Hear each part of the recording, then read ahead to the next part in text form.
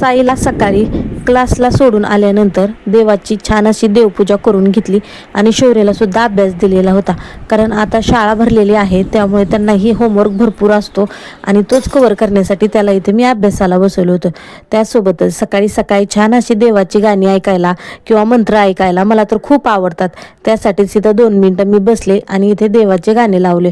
आता म्हणजे देवाची गाणी म्हणजे तुम्ही स्वामींची गाणी लावू शकतात, कुठल्या देवीची गाणी लावू शकतात किंवा गणपतीचे म्हणा किंवा शिवचे गाणे, असं तुम्हाला जे आवडत आहेत ना त्याचे तुम्ही सकाळी थोडंसं भजन म्हणा किंवा जे अथर्वशीर्ष ते राहतं तसे थोडे थोडे मंत्र जरी ऐकले ना तरी आपला दिवस अगदी फ्रेश जातो.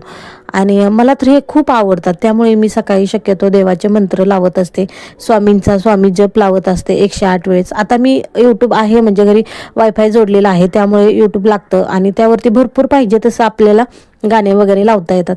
म्हणून इथे मी छान असं देवाचे गाणे वगैरे लावून घेतले आणि सकाळी असं देवाचे गाणे ऐकले ना दिवस आपला खूप छान आणि पॉझिटिव्ह जातो.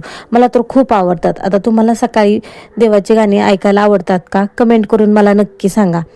तर रात्री इथं 2 मूठभर मी इथे वाटाणे भिजायला घातलेले होते आणि सकाळी असं छान भिजलेले होते. घरचा वाटाणा आहे, घरी बनवलेला वाटाणा होता.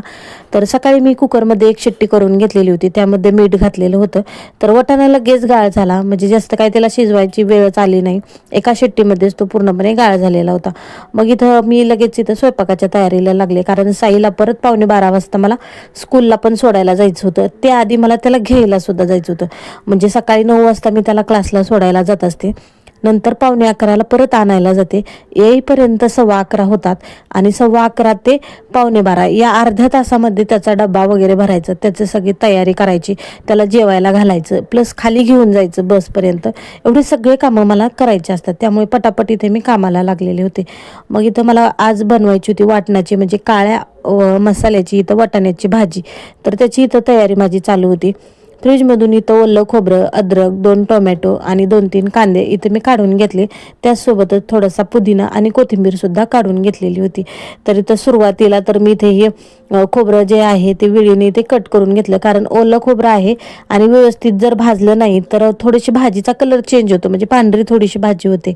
आणि मला ना जास्त बेगडी मिरची किंवा कलरची मिरची, जास्त वेगवेगळे मसाले असं म्हणजे ओव्हरफ्लो म्हणतो ना आपण, ओव्हरचा त्याचा ज्याचा वास वगैरे स्मेल राहतो, तर तो काही जास्त मला आवडत नाही. त्यामुळे मी जास्त काही ते मसाले बाहेरचे जास्त वापरतच नाही, म्हणजे घरगुती मसाल्यांपासूनच बनवते.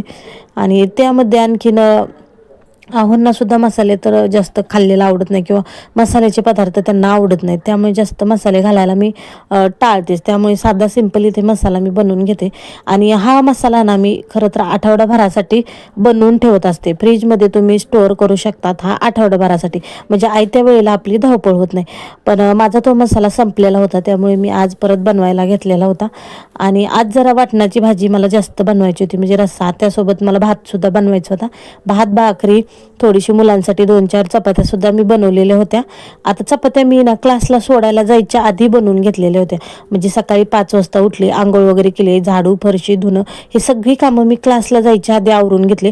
त्यासोबतच साईसाठी मी चहा चपाती आणि चहा, म्हणजे त्याला चहा चपाती खायची होती म्हणून मी चपातीसुद्धा तेव्हाच बनवून घेतलेली होती. तर हे सगळ्या गोष्टी माझ्या झालेल्या होत्या. नंतर मी त्याला 9 वाजते ते 9:15 वाजेपर्यंत मी घरी आले आणि 9:15 वाजता मग मी स्वयंपाकाला लागले. आल्यानंतर देवाच्या आधी देवपूजा करून घेतली, मंत्र लावून घेतले टीव्हीला आणि मग मस्त वातावरणामध्ये ते स्वयंपाकाला लागलेले होते. तर इथे मी एवढी सगळी सकाळपासून उठल्यापासून माझी सगळी तयारी झालेली होती. आता स्वयंपाक करायचा बाकी होता. आहोंसाठी आणि माझ्यासाठी ज्वारीची भाकरी बनवायची होती. त्यासोबत खायला इथं मस्त अशी वाटून इथे आज वाटाण्याची भाजी बनवायची होती. त्याचाच मसाला इथे मी बनवत होती. आता मसाल्यासाठी मी थोडंसं अद्रक, इथे गावठी जे लसूण आहे त्याच्या 2 पाकळ्या, म्हणजे जे आपण 2 कुड्या म्हणतो, तर त्या 2 कुड्या मी इथे घेतल्या, त्या फोडून घेतल्या आणि हातावरती चोळल्या तरी गावठी जे लसूण असतो त्याचा वरचा जे पाला असतो तो पूर्णपणे निघून जातो, म्हणजे तो लेयर असतो तो निघून जातो, त्याला सोलायची वगैरे काहीच गरज नसते.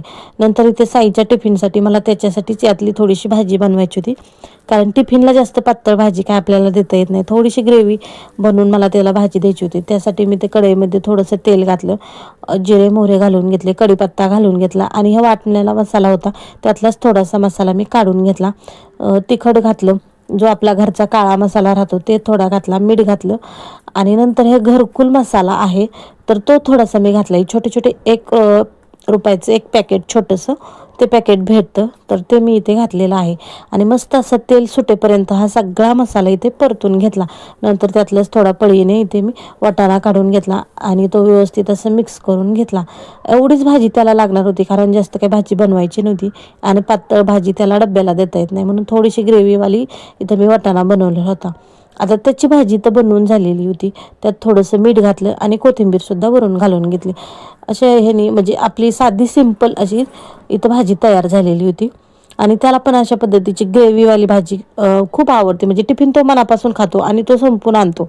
जेव्हा पण त्याच्या आवडीसारखं मी भाज्या वगैरे काही बनवून देते तेव्हा प्रत्येक आईचं म्हणजे हेच टेन्शन राहतं की मुलं स्कूलमध्ये टिफिन म्हणजे फिनिश करत नाहीत. तर त्यांच्या आवडीच्या जर तुम्ही भाज्या व्यवस्थित अशा बनवून दिल्या वेगळ्या लुकने थोडंसं, म्हणजे जरी आपण बनवत असलो रोजचंच तरी पण मुलांना कसं आवडतं त्या पद्धतीने जर आपण बनवून दिलं तर मुलं नक्की ते खातात, टिफिन पूर्णपणे फिनिश करतात. तरी ते दुसऱ्या साईडला मी आमच्या भाजीची म्हणजे मला पातळ रस्सा बनवायचा होता त्याची तयारी मी केली. यामध्ये सुद्धा तेल टाकून तिखट मीठ हळद हे सगळं काही घालून घेतलं मसाला आणि हे जो वाटून ठेवलेला होता तर तो मसाला घातला. आता यामध्ये मी थोडासा जास्तच मसाला घातला कारण मला भाजी जास्त बनवायची होती.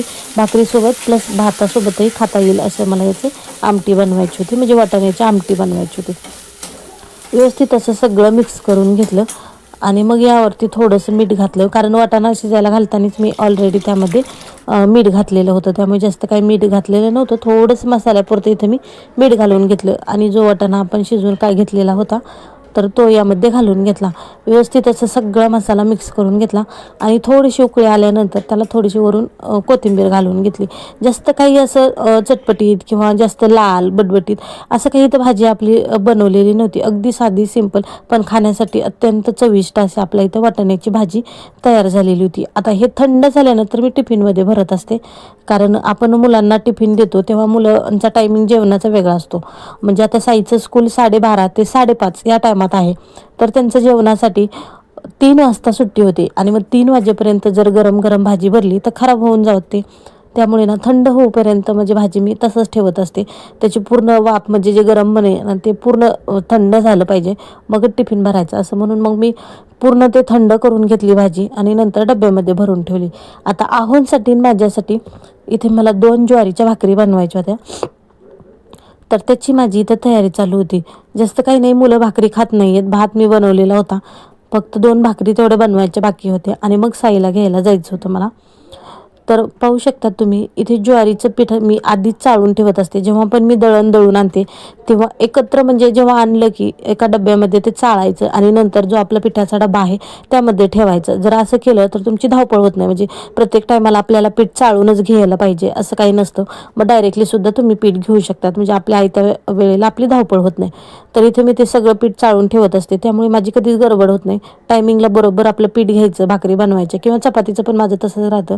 कधी मी चाळते तर कधी नाही चाळत. काही काही ठिकाणी काय होतं जर चक्की आपली म्हणजे एकदम बारीक पीठ आलं तर ते चाळणीमध्ये सुद्धा काहीच राहत नाही, मग त्या टायमात मी काही पीठ चाळून घेत नाही. पण जर गावाकडं वगैरे चाळलं म्हणजे दळून घेतलं तर तिथं जरा जास्त चाळण राहतं, मग ते पीठ सगळं चाळत बसावं लागतं आणि चाळायला भरपूर वेळ जातो. आणि सकाळी मुलांची स्कूल म्हणलं की थोडीशी धावपळ राहते, त्यामुळे शक्यतो मला जेव्हा वेळ भेटेल तेव्हा मी हे गोष्टी करून घेत असते. त्यामुळे मग माझं आयत्या वेळेला धावपळ होत नाही आणि सकाळी सकाळी लवकर माझं सगळे घरातलं कामं आवरतात. मग दुपारी मात्र निवांत असते. तर आपल्याला स्वतःसाठी सुद्धा थोडा वेळ देता येतो. तर इथे मी पटापट 2 भाकरी करून घेतल्या, 1 भाकरी केली, दुसरीसुद्धा थापून घेतली आणि सगळं पटपट आवरून घेतलेलं होतं कारण मला साईला घ्यायला परत जायचं होतं. 11:15 वाजायच्या आत मला तिथे पोचायचं होतं.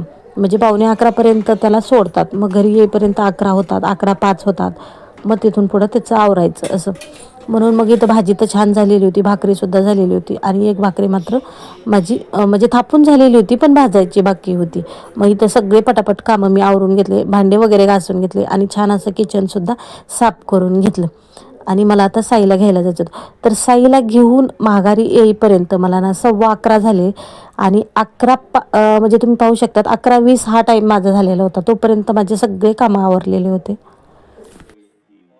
तर हा व्हिडिओ तुम्हाला कसा वाटला आणि जर व्हिडिओ आवडला असेल तर नक्की व्हिडिओला लाईक आणि चॅनलला सबस्क्राईब नक्की करा. भेटूया नेक्स्ट ब्लॉग, तोपर्यंत बाय.